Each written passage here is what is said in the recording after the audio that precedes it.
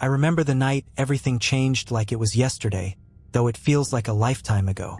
My name is Steve, and I never believed in things like ghosts or curses. But that night, I don't know what happened, but I'm certain I'm not the same person anymore. It all started when I took a job as a night security guard at the Old Oak Cemetery in North Dakota. The cemetery had been there for over a century, surrounded by thick woods that seemed to swallow up any light that dared to escape from the moon. It was isolated, too isolated, as I quickly learned. The headstones were old, some dating back to the 1800s, and the air felt heavy with something unspoken. My first night, I was given the standard patrol route, nothing out of the ordinary. As I walked between the rows of gravestones, the wind howled through the trees, almost as if the spirits of the dead were trying to communicate. I chuckled nervously, telling myself it was just the wind. I didn't have any reason to believe otherwise. Yet, it wasn't until I reached the farthest corner of the cemetery that I began to feel the weight of something other than the chill in the air. There, in the farthest corner, stood a gravestone that looked different from the rest. It was newer, much newer, and the name etched into the stone was unfamiliar. Lillian Hartley died 2023. That was odd. Who was this person? Why was her grave here so out of place? As I leaned closer, a strange feeling washed over me. The air grew colder, the wind seemed to stop entirely, and the only sound was my heartbeat thudding in my ears. I moved away from the grave, but something stopped me. The silence. It wasn't just the wind. It was an unnatural, suffocating silence, as if the cemetery itself was holding its breath. The hairs on the back of my neck stood up, and for the first time in my life I wanted to run. But I didn't. Instead, I turned around, ready to continue my shift, but something caught my eye in the distance. At first, I thought it was just a trick of the light, but as I focused, I saw it clearly. A figure, standing just beyond the trees at the edge of the cemetery. A woman, pale, in a long white gown, her face obscured by long black hair. I froze. My heart raced in my chest, but my feet were rooted to the spot. The figure didn't move, but I could feel her gaze on me. I didn't know why, but I couldn't look away. Then, in an instant, she vanished, just like that, gone without a trace. I wasn't sure what to do. Should I check it out? I wasn't some paranormal investigator. But then, as if on cue, I felt a whisper. A soft, barely audible voice, calling my name. Steve.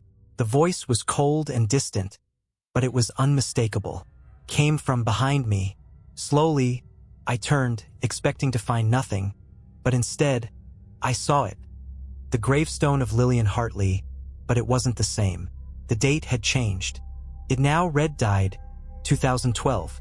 I stumbled backward, my legs giving way beneath me. My mind raced, but there was no logical explanation. None at all.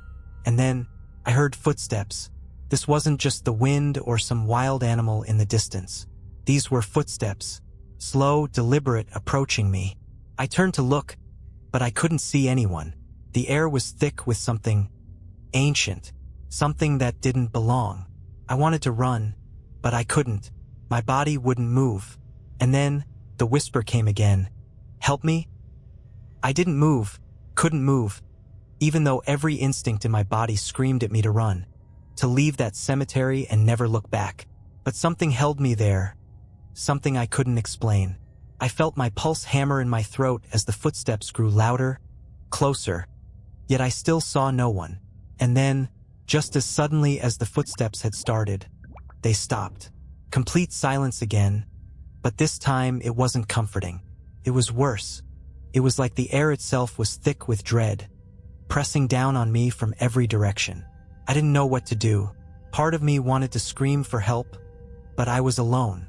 The cemetery was vast and empty. No one else would hear me. Then I heard it. A soft voice, barely above a whisper, but it was clear as day. Please, Steve. I froze, the words cutting through the air like a blade. My blood ran cold as I realized.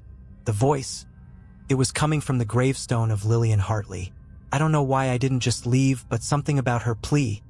It was like I was being drawn to it. Against my better judgment, I found myself walking toward her grave once more. Each step felt like a mile. Every part of me screamed to turn around, but my legs moved on their own. As I reached the grave, I felt the cold, biting air swirl around me. The night was darker now, almost unnaturally so. I could barely see the tombstone in front of me, but there it was, Lillian Hartley, 2012. The grave was freshly disturbed. Mud was scattered around, and the earth had been recently shifted, as though something or someone had been trying to escape. A sudden thought crossed my mind, and I felt my stomach churn. Was this some kind of warning? A trap? Or worse, was I being lured here for a reason? My breath came out in shallow bursts, and as I stepped closer to the grave, I saw something that made my heart stop. A hand, reaching out of the dirt. I screamed, stumbling back, but my legs were like jelly. The hand was slowly pushing through the soil, dirt falling off like sand from a time-worn hourglass. It was pale, with long fingers that looked like they had been buried for years. The hand, no longer a mere object of horror, started to move toward me, inching closer and closer until the fingers brushed against the edge of my boot. I jerked away, falling to the ground, scrambling backward. My breath was ragged, my vision blurred from fear. I managed to get up, my legs shaking uncontrollably, but I couldn't look away.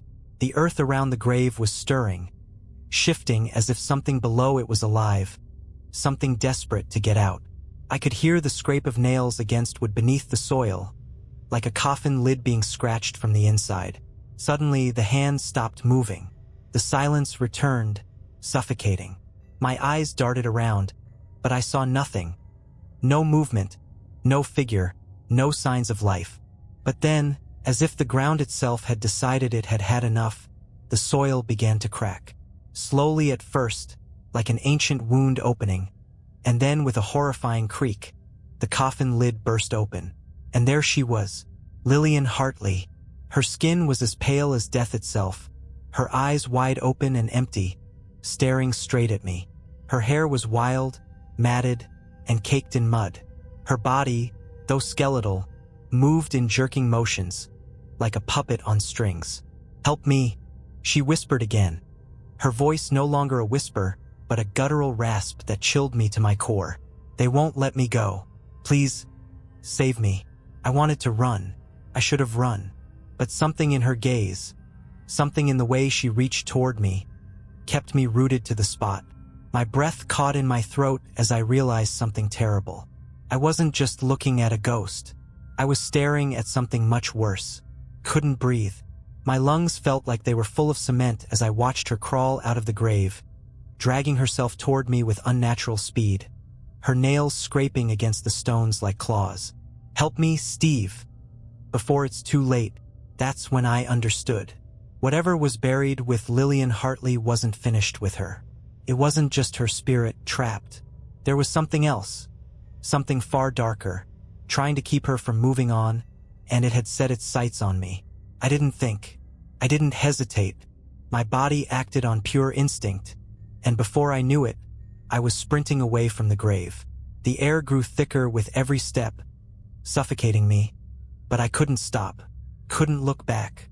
The sound of dragging nails behind me made my blood run cold. Every step I took, every breath I tried to catch, felt like it was the last one.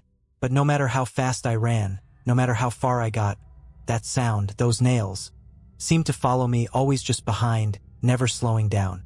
I reached the cemetery gates, but they were locked. Panic set in as I tugged at the bars, my fingers slipping from the cold metal. I looked around desperately. There was no way out. The figure of Lillian, no, not Lillian anymore, was gaining on me. I could hear her raspy breathing, her body scraping across the earth, crawling, dragging itself closer with every passing second. That's when I realized something horrifying. She wasn't alone. A shape emerged from the shadows, tall and impossibly thin, its limbs elongating as it glided toward me. The air grew colder still, and I could see my breath fog in front of me. The figure was dressed in dark, tattered robes, its face obscured by a hood, but the eyes, those eyes, glowed an unnatural green, burning with malice. I had no idea who or what it was, but I knew it wasn't human. In a flash, the figure was standing beside me. I didn't see it move. It was just there, its presence so overwhelming that I could hardly breathe. The creature's hand reached out, but I didn't dare to look at it. Instead, I turned and ran again. But this time, the ground beneath my feet seemed to shift. The cemetery was changing, growing darker, more twisted. The trees seemed to loom over me like they were alive, and the wind, no longer a natural breeze, howled like a scream from another world. I didn't know how long I ran, but I didn't stop. The creature's footsteps were now in perfect sync with mine, the sound of its movements growing louder, more distorted, as if it was getting closer and closer. And through it all, I could still hear her voice, Lillian's voice, calling out to me. Please, help me. Please, don't leave me. I stumbled over something, a branch or maybe a rock. I couldn't tell, but I fell hard to the ground. I gasped for air, my heart pounding in my chest. But when I tried to get up, I felt an icy grip on my ankle. I screamed. It was Lillian. Her pale, decaying hand had caught me, her nails digging into my skin with an unnatural force. I tried to shake her off, but the grip tightened, pulling me back toward her grave. Don't leave me, please, she whispered again, this time so close I could feel the coldness of her breath against my ear. I tried to crawl away, to pull myself free, but her grip was unyielding. And then, just as I thought my body would give out, the ground around me cracked open with a violent force. I looked down, horrified to see the earth itself splitting, and out of it, dozens of hands, blackened and twisted, began to emerge. They weren't human hands. They were something else. Long, clawed fingers that seemed to reach for me with a hunger I couldn't comprehend. I was pulled in every direction, dragged back toward the hole in the ground, toward the thing that had risen from the grave. And that's when I understood. Lillian was never the victim. She was part of something far worse. She had been buried with something ancient, something evil, and now it was coming for me. The creature, the thing that had followed me, was no longer standing by. It had opened its mouth, revealing rows of jagged teeth, and it spoke in a voice that was not its own, but hers. We were never meant to be freed, Steve. We are bound together. And now, you are too. The realization hit me like a freight train. I wasn't just running from a ghost. I was running from a curse that had been waiting for someone like me to come along. Someone who could be dragged into its terrible grasp. I had no idea how or why I was chosen, but now I understood that there was no escape. The ground continued to churn beneath me, the hands now crawling up my legs, pulling me toward the abyss. I struggled, my body fighting to break free, but I could feel the weight of the curse crushing me. Couldn't breathe, couldn't move. As I was pulled into the earth, I saw Lillian's face one last time. Her eyes filled with an agonizing sorrow, but there was something else in them now. Something dark, something unearthly. And in that moment I knew, this was not a place for the living. This cemetery was a prison, and I had just become its newest inhabitant. The last thing I remember before everything went black was the whisper. Welcome to eternity, Steve.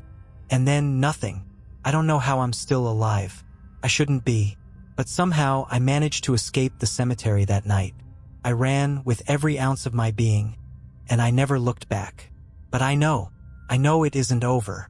I know it's watching me, and I know that one day it will come for me again.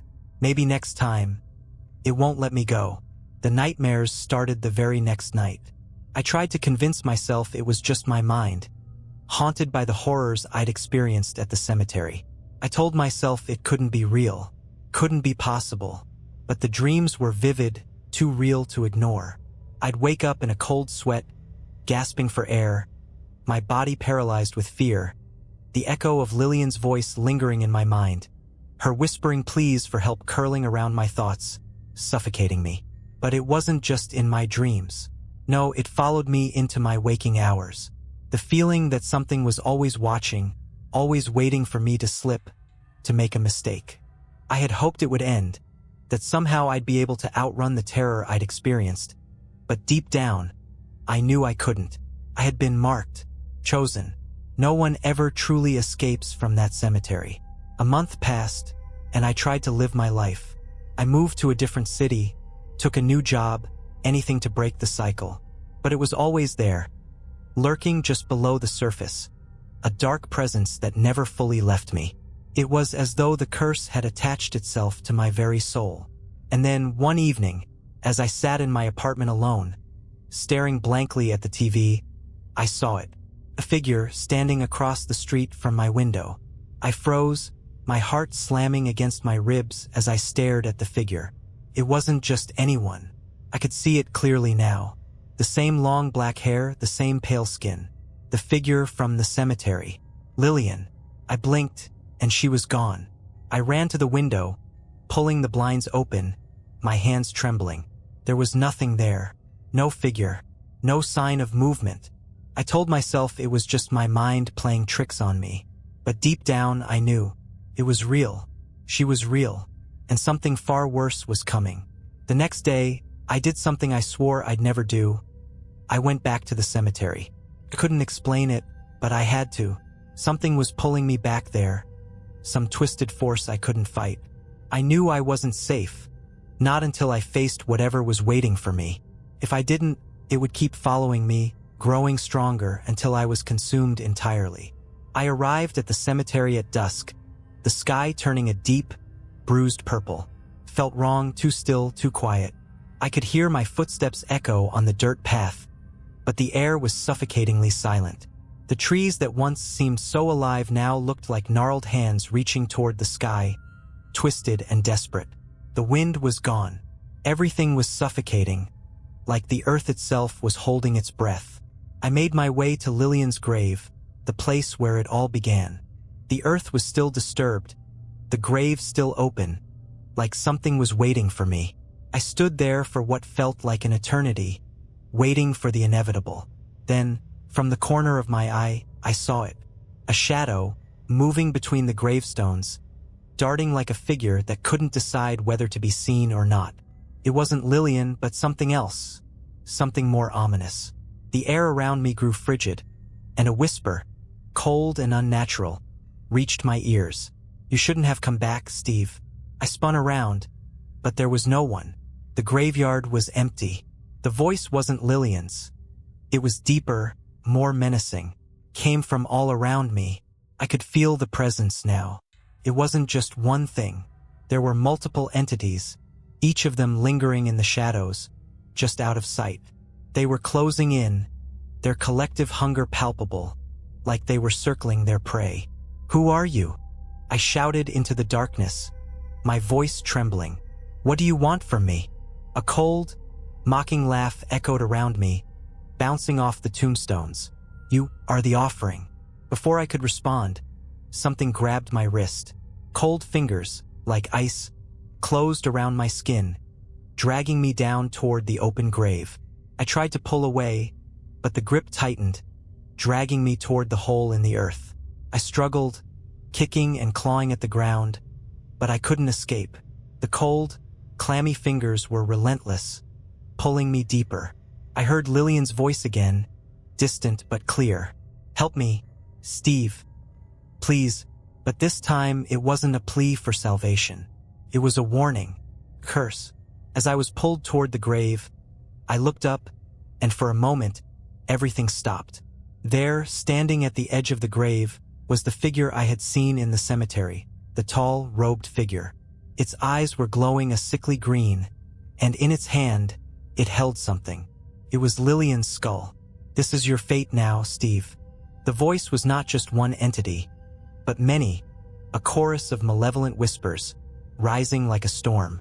"You will be bound to this place, to this curse, for eternity." The last thing I saw before everything went dark was the grin of the creature, wide and twisted. And then, the earth closed over me, and all I could hear was the sound of the wind, whispering through the trees. And then nothing. I'm writing this now, but I don't know how much longer I have. The cemetery is not just a place. It's a prison, and I am its newest prisoner. If you find this, don't come looking for me. You'll only make things worse. I can hear them now. They're coming for me again. And next time, I won't escape. I don't know how much time has passed since I last wrote. Hours? Days? Weeks? Everything blurs together here, in the darkness beneath the earth. I know I shouldn't be writing this. I'm not supposed to be here. But somehow, I'm still here, trapped in a world where time doesn't seem to exist, where every moment stretches on forever. It's a different kind of prison, this place. The air is thick with death, and yet, it's not cold, not exactly. It's like the air is alive, pressing in from all sides, wrapping itself around me. The grave I was dragged into is no longer just dirt and stone. It feels like the very earth itself is pulsating, like a living thing, and it wants me inside it. I've tried everything, screaming, clawing at the walls, begging for release, but there's no escape. The grave is endless. The walls of earth stretch for miles, and no matter how far I crawl, I can't seem to get anywhere. But the worst part isn't the suffocating isolation. It's the voices. They're everywhere, whispering. At first, I thought it was just my mind breaking, the isolation driving me mad. But no, they are real. The voices come from the walls, from the earth itself, echoing through the dark. They tell me things about the cemetery, about the curse that binds me. And they tell me about them, the entities, the things that dwell in the shadows of the graveyard. They are ancient, older than the cemetery itself. They are not ghosts, not spirits, but something far darker. Their hunger is endless, and I can feel it, gnawing at my soul. But there's one voice that stands out, one that calls to me more than the others. It's Lillian's voice. At first, it was a whisper, faint and desperate, but now it's clearer, stronger. She's no longer just a victim, as I once believed. She is part of the curse. She is one of them. You can't escape, she tells me now, her voice filled with a strange kind of sadness. None of us can. I want to scream, but my voice is swallowed by the vastness of the grave. I try to fight it, to claw my way out, but the earth only seems to press down harder, suffocating me, pulling me further into its depths. There is no escape. There is only the waiting for the next part of the curse to unfold. At night, if you can call it night in this place, the creatures come. At first, I thought it was just my mind playing tricks on me, but now I know better. They are real. They are made of darkness, their shapes shifting like shadows. They surround me, watching, waiting, their glowing eyes filled with an insatiable hunger. They don't speak. They don't need to. Their presence alone is enough to drive you mad, to make you question your sanity. I'm not sure what they want from me. I think they want to keep me here, to make me one of them, to feed on my fear and my soul until there's nothing left. I'm their prey, and they'll never let me go. I've tried to stay strong, to keep my mind intact, but every day that passes, I feel myself slipping further away. The darkness is all-encompassing, and I can feel it crawling under my skin, wrapping around my thoughts. There's no light here, no escape, just the voices and the creatures, and the endless waiting. But then, something changed. Last night I felt something different. A shift in the air, a crack in the endless silence. I looked up, and for the first time in what felt like an eternity, I saw a figure in the distance. It wasn't one of the creatures. It wasn't Lillian. It was someone I knew, a face I hadn't seen in years. It was Mike, an old friend from when I was working the night shift at the cemetery. I barely recognized him at first. His face was gaunt, pale, as though he hadn't slept in years. His eyes were wide, filled with a terror I could feel in my own chest. He didn't speak. He didn't need to. His eyes told me everything I needed to know. He had come here just like I had. He had been dragged into the same fate. But as I looked at him, something else caught my attention. Behind him, standing in the shadows, was the creature from before. The one who had watched me, the one whose eyes glowed with that sickly green. It was standing there, its mouth stretched into a grin that shouldn't be possible, its jagged teeth gleaming in the darkness. And that's when I realized. Mike wasn't there to help me. He was here because he had been marked just like me. He had come, willingly or not, to become another part of the curse, another soul trapped in this hellish place. I could feel the creatures closing in on us. The ground beneath me began to tremble, and the walls of the grave seemed to collapse inward. I don't know how long we stood there, locked in that horrible, silent exchange, but in the end, I knew it was hopeless. Mike's expression twisted, as if he was hearing the whispers I couldn't quite understand. His body jerked, like he was being pulled in by some invisible force, his face contorting with fear. I reached out to him, but before I could move, the creature was upon him. Its long, twisted limbs stretched forward, wrapping around him, dragging him away into the darkness. And just like that, he was gone. I screamed, but no one answered. I am the last one here, the last soul trapped beneath the earth, doomed to wait, to suffer. I feel the hunger growing stronger, gnawing at me, pulling me toward the same fate that claimed Mike and Lillian before him. But what terrifies me most is this. I can feel the thing watching me. I can hear its whispers in the dark. And I know, it's waiting for me to break. I don't know how much longer I can hold on. I'm no longer sure what's real and what's a hallucination. The lines have blurred. I've been here too long, trapped in this suffocating pit of darkness and despair. The days feel like years, the hours like lifetimes. But in the end, time doesn't matter, not when you're trapped like this.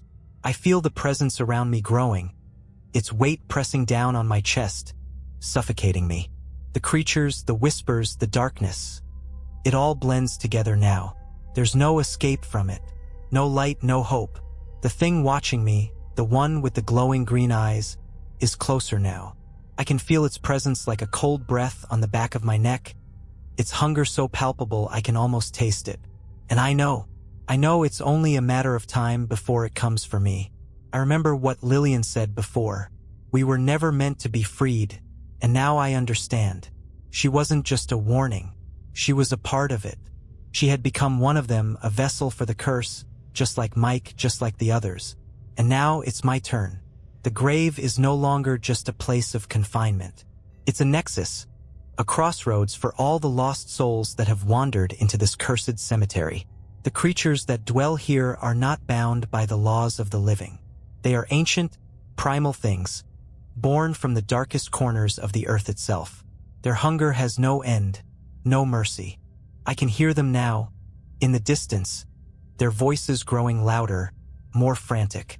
They know it's almost time. And then there's a shift, a sudden pressure, as though the very earth itself is beginning to move. I can feel the ground tremble beneath me, and the walls of the grave start to cave in, like the entire cemetery is collapsing around me. The whispers grow louder, more urgent. It's happening. They're coming.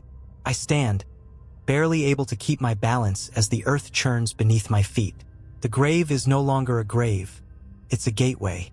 The creatures, the shadows, the hunger, they're all rising, breaking free from their ancient prison.